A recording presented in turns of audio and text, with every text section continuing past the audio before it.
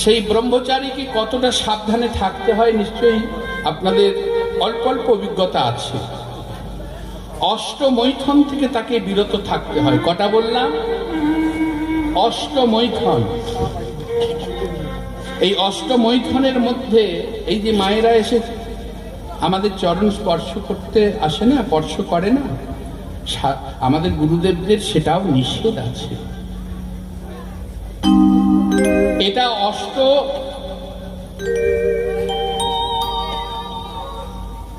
আটটার মধ্যে একটি পাঠ। অষ্টমৈথুনের মধ্যে এটা একটা মৈথুন। ভালো ভালো পোশাক পরা এটা একটা মৈথুন।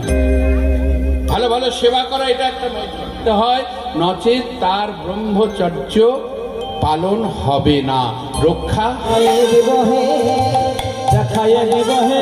কেন? কি দেখাবে? মানে তোমরা যে ঘরে শীত কাটবে বলে সম্পদ লুণ্ঠন করবে বলছো, আমি দেখাই দেব। আর সেই ঘরে যদি একবার তুমি ঢুকতে পারো, হ্যাঁ, সে সম্পদ চুরি করে আর শেষ করতে পারবে না। সে সম্পদটা কি জানো? রাধারানী হৃদয় ভান্ডার দেখায়ে দিব হে, রাধারানী হৃদয় ভান্ডার দেখায়ে দিব হে, ভান্ডার দেখায়ে দিব হে। শোনো শোনো শোনো, সে কথা থাক। বলছে না না, এই কি কথা বলছো? আমরা কারো খন্দও খাওয়াতে চাই না, আমরা কারো ঘরে শীতও কাটবো না।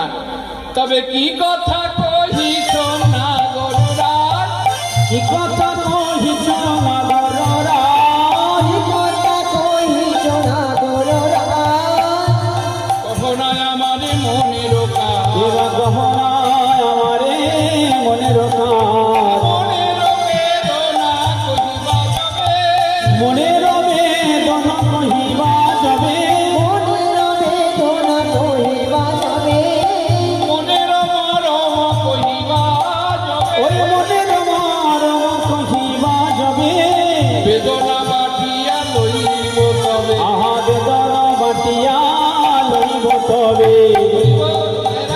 বলছে মনের কথা যখন বলবে, মনের মরম যখন বলবে, তোমার ব্যথা আমি ভাগ করে নেব। এখন তোমরা দুজনে কাঁদছো, কথা বলতে বলতে কাঁদছো, আর যদি তুমি মনের দুঃখের কথাই আমায় বলো, তখন আমরা তিনজনাই কাঁদবো।